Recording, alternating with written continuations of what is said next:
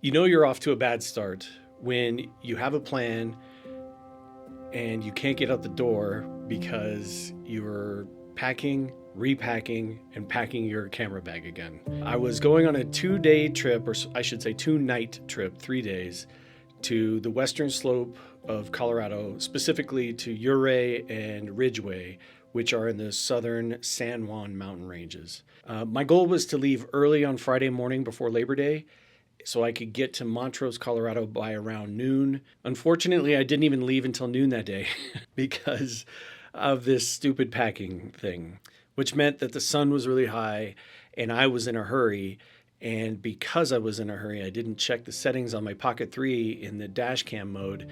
And I had previously set the exposure manually and I hadn't set it back. And so everything is overexposed. And I didn't figure that out for 2 hours into the trip.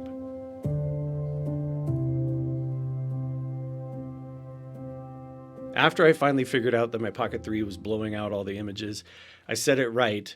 But like the trip itself from Denver to Montrose, Colorado, the footage isn't very interesting. And because I was behind schedule, I didn't get to stop and smell the roses. You know, on a trip like that, and I have all my camera gear, I want to stop at lots of locations and take photos.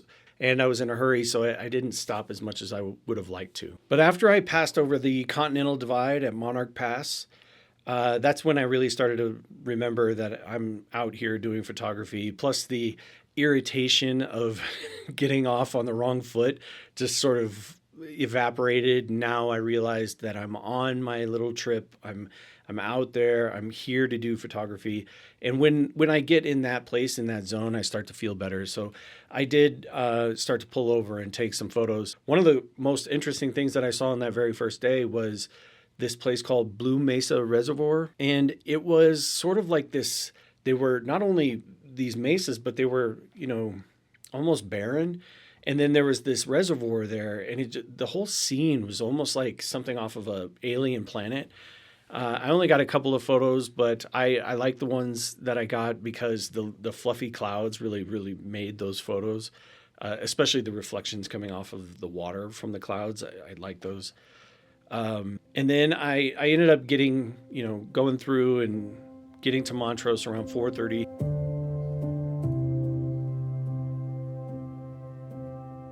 I had done a little research prior to the trip, and I knew that the Milky Way was going to be right above Ridgway. So I headed out to Ridgway around 8 o'clock. The last light was supposed to be done at 9, and everything I read was I would be able to see the Milky Way as soon as all the light was gone. And I timed it perfectly because when I got into Ridgway and the light was leaving and I was, driving just based on Apple Maps, it wanted me to turn into this spot that I had to double check, triple check that I wasn't trespassing. I think if I were 10 minutes later, I might not have gone through that gate because I wouldn't have been able to see what was on the other side. And because I could just kind of see, I could tell that there was sort of a park up there. I ended up going in, finding a place to park, and it was dark. It was as dark as any place I've ever seen on Earth. I'm really glad that I had all my settings set and everything. So I ended up taking my very first shot at 8:57 p.m. And this was my very first shot. And when I saw it, I was so excited by what I saw because, you could see the Milky Way with your naked eye. It was definitely visible. It just did look milky. It just looked white, like a white cloud was in the sky. I could see in the screen that it looked like it was a little too bright. So I went from 15-second exposures down to 10 seconds, and then I tried 13 seconds. And I think 13 seconds is where I hit my sweet spot. A couple of other things of note, I was using a Fujifilm X-T5. I was using the Fujifilm XF 16mm 1.4 RWR lens. I was at f1.4. ISO 3200. Those were all my night settings, and I just really like how these photos came out. And this one is probably my favorite. I like the composition. I was able to compose because I could see the Milky Way. I could see all the stars. So I could see where they were hitting trees and landscapes. So this one was probably my favorite because I did include the trees as a foreground subject. And I really liked the color from it. It was very beautiful. So I was expecting another Perseids, because I'd never done the Milky Way before, and you have to learn. But I'm really glad that I just made some choices, some settings prior to going out, and they turned out to be spot on.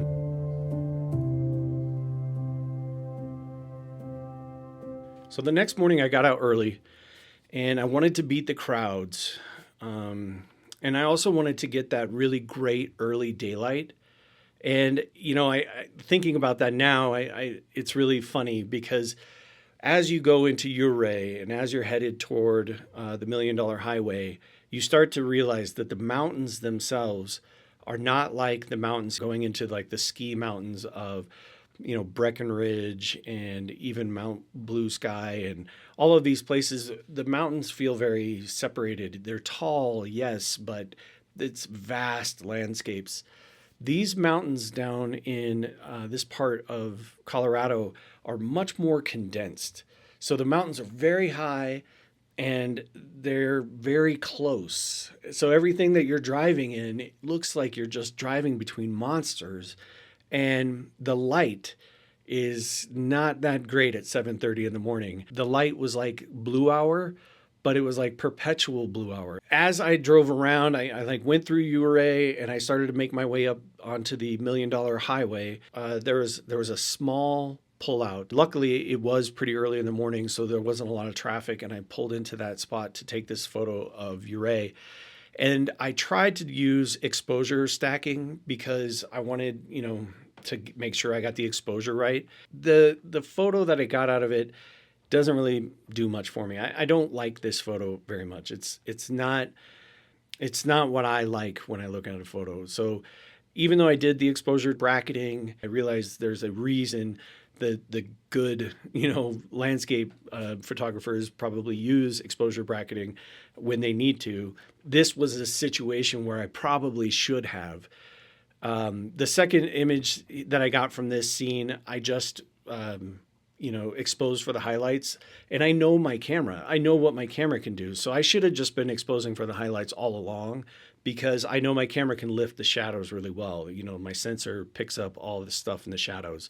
And this image right here, this one, it encapsulates the problem. The tops of all the mountains are just bright, sunshine bright. And the lower part is, as dark as you can imagine. So I think this picture really captures the problem that I was about to face going into the $1 Million Highway. So I tried several images where I did the exposure bracketing and I tried putting them together in Affinity Photo. And the resulting images were, in my opinion, very flat looking. They just didn't look as good as I would have wanted. So what I ended up doing for these images was using the exposure bracket that was exposed for the highlights. And then I just ended up pulling up the shadows. Even though they're not the best images I've ever taken, I like these more than the stacked images I got out of Affinity Photo. To say that the drive on the $1 Million Highway was intense is an understatement. It was more than intense. It was kind of nerve-wracking because you're driving, even though you're going only 25 miles an hour, you're driving on a lane that has barely any shoulder, no guardrails, and on the other side of that shoulder is nothing. I mean, if you were to make any kind of mistake, you would fall very fast. The gravity would take hold of your vehicle and you would be gone. You would just go to the bottom. In fact, there were a couple of spots where it looked like the shoulder may have gotten washed out or even crumbled off. I mean, look at this one spot. This is just one spot in the drive, and that just doesn't look right to me. That does not look like a U.S. Department of Transportation. Like, I guess I'm used to the fact that we in the United States do have standards for shoulders and shoulder sides. So I'm kind of surprised that this passed muster. I got to be honest, that last little trek was pretty nerve-wracking because I was right next to this. That little stretch of highway right there. Whew. Photography inside this part of the canyon was really tough. There wasn't a whole lot of room for you to pull over. I mean, they had some spots where they designed for you to pull over. They wanted you to be able to pull over, maybe take photos or change your tire or whatever. So there were some spots you could pull over, but it was so hard to take photos in here. I mean, everything was like blue. It was like somebody came in and just painted the whole scene blue. Even to your naked eye, everything looked really blue. The sides of the walls that you were driving against were really blue. There wasn't a lot of opportunity for photography in there. But fortunately, that was only the beginning of my day. And as I, made my way through, you started to come out on this other side where it was still $1 Million Highway. It was still really windy and twisty, but the edges of the mountain sort of opened up and there was more space and more light was coming in. So I did start to get some more opportunities for photos. The only problem was, again, I've said this on social media before, but I have trouble with landscape photography. I feel like I do a lot of things really well with photography, but when it comes to landscapes, I just have a hard time with especially distant mountain peaks where they fall off and there is that blue hue in front of them because there's haze in the sky.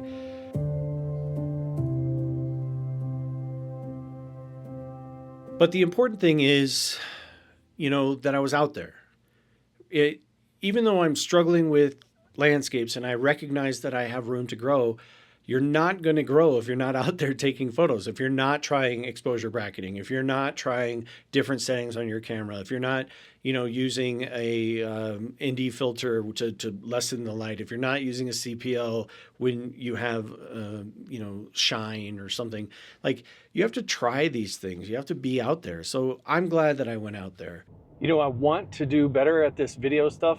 I want to tell a better story. But my problem now is not that I'm not doing it because of what other people think. It's that I forget to do it. Or when I do it, it's like I'm, for lack of a better word, acting.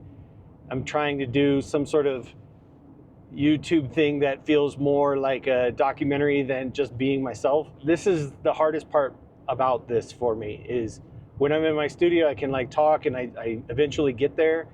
But when I'm out here doing this kind of video, I keep forgetting.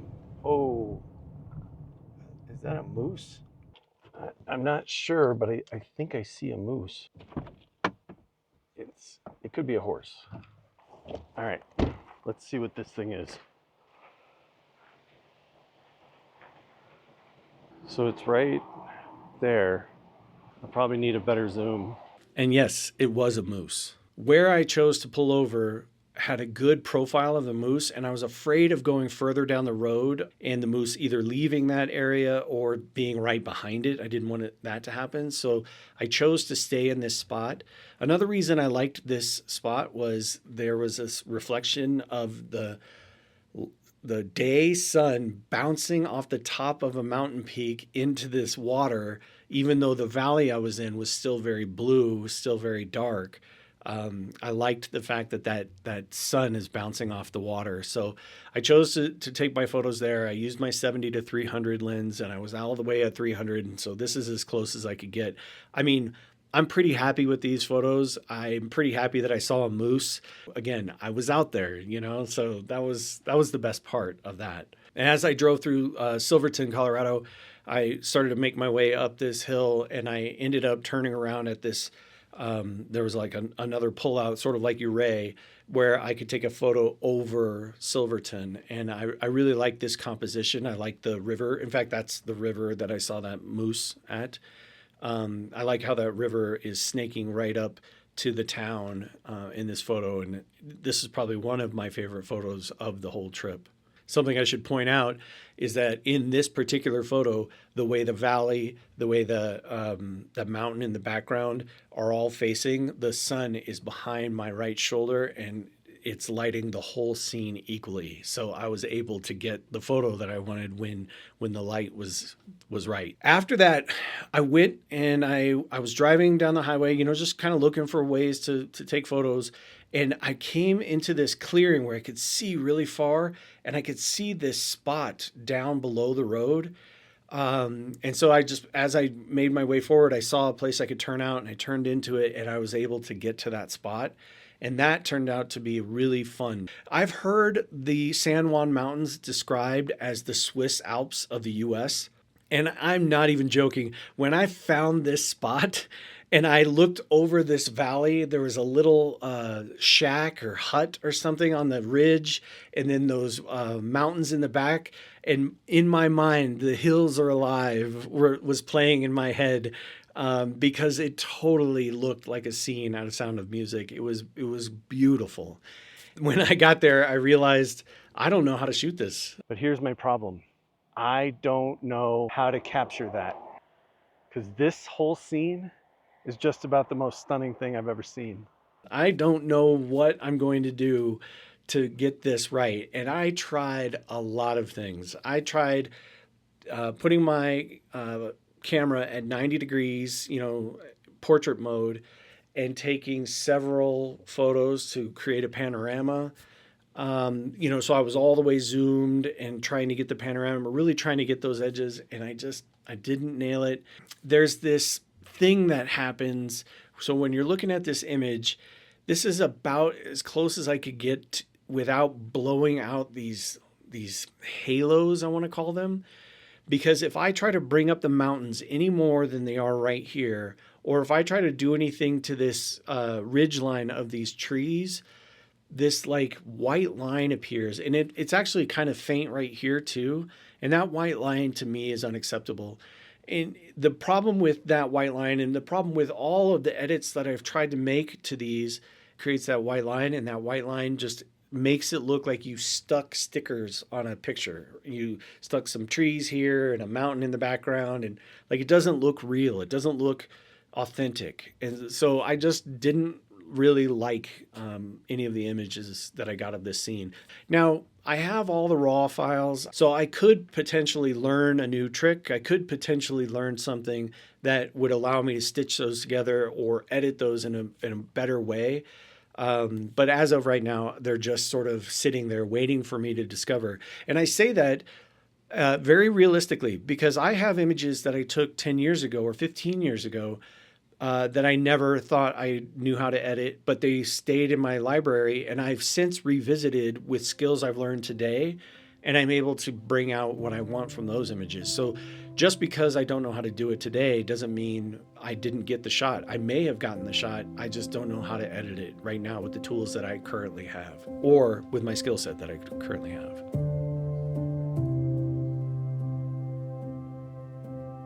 I did get some decent drone footage though. And I guess this was my first time really taking the drone out for real. I've taken it out on a couple of little small things. I did a YouTube short with some drone footage, but this was the first time I really, tried it out in the field. And I was just so nervous about losing it or doing something wrong that I didn't really understand that all I had to do was fly it straight. That's all I had to do. All I had to do was just fly in a straight line, and it would have taken the exact kind of footage that I wanted, which is that like Apple TV screensaver footage.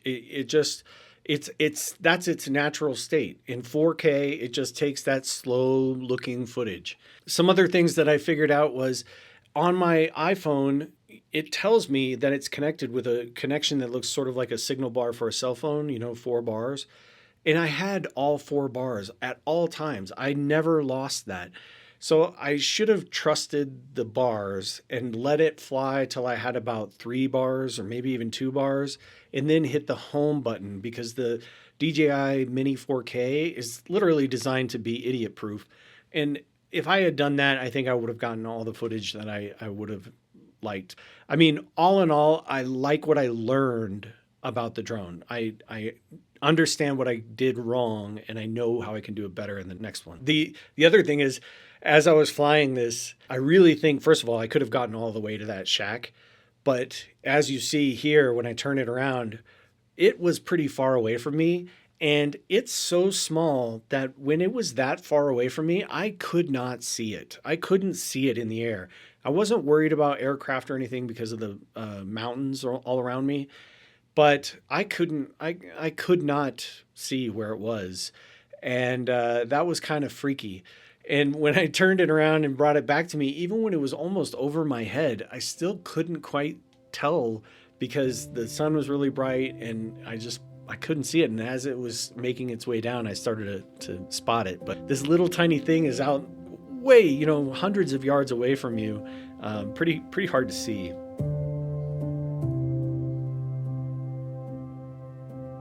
On Saturday, August 31st, I took a total of 189 photos. I'm not really in love with any of them. Every photo that I took has something that I can nitpick and have a problem with. These right now that I'm showing you here are some of my favorites that I took. They're okay, but there's little problems with them that I wish I could figure out. I would like to really understand from just a basics photography, what it is that I may be doing wrong at runtime. Like what setting I might have wrong in my, aperture. Am I using too wide an aperture? I mean, I think most of these are taken at f8 or f11. I've got shutter speeds really, I think I have pretty high shutter speeds, like 4,000, somewhere in there. I mean, I'm trying to darken the scene so I don't have it so blown out. Maybe I'm going the wrong way with it. Maybe I should have an open aperture and I should let in all the information and try to deal with it from there.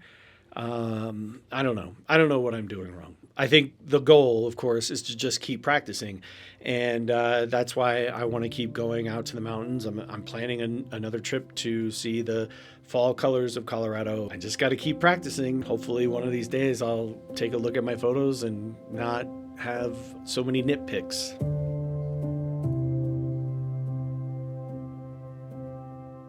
The next morning I got up really early. I wanted to get home.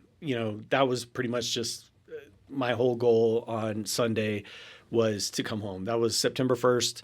I wanted to get home, so I had the rest of the Sunday and then my Labor Day holiday to just relax.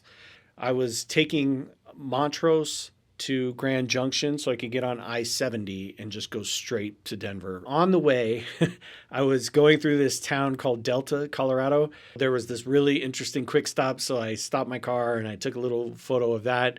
I actually think it's one of the more fun photos I took of the weekend. And then I'm driving down the main drag and I happen upon this lot where there's all these old rusted out red cars. I don't think they're all rusted like rust. I think they're all painted this red, but they look rusty. Anyway, this lot was really interesting. I pulled the car over and I got out and I walked around and I was taking photos and it was beautiful, beautiful morning blue light. So that I had this blue light, I had the sun coming up, and I had these red cars, and it was really cool to see. Plus, I'm really happy that I was looking at it early in the morning before anyone in the town was up. It was early on a Sunday. I'm glad I was there because, as you can see in a couple of these photos, it looks like people like to drive by and shoot shoot the windows or something. But yeah, that was interesting to see those cars. The rest of the trip home, there were some things that I took photos of. I stopped here and there, but I didn't take any footage because it was really just getting home. That was my whole trip. I was down there specifically for Ouray and Ridgway, and I got exactly what I wanted. I went to Ridgway and I got the Milky Way, and that was a huge success. Very excited about that. And then the Ouray $1 million highway, all of that, beautiful. I mean, even without the photos, I got to experience one of the most beautiful places on earth. It was amazing. If you live in Colorado, you should definitely go. If you are visiting Colorado, it's tough because you have to fly into Denver, and then getting to those spots in Colorado is 5-6 hour drive depending on the day, depending on the time. So it's a bit of a hike, but wow, just as beautiful as anything I've ever seen.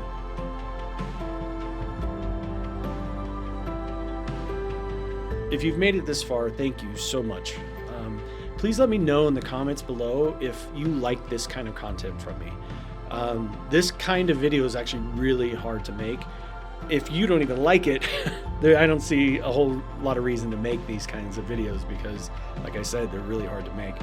If you're a subscriber to the channel, thank you. I apologize to you for the hiatus. A lot of things happened to me starting the week before Labor Day and pretty much heading into now. So hopefully I get back on track with YouTube and I start releasing on a more regular schedule again. If you did enjoy this, please remember to like and subscribe. It gives me a lot of motivation to continue. And as always, I thank you so much for watching, and I hope to see you in the next one. Thank you. Bye.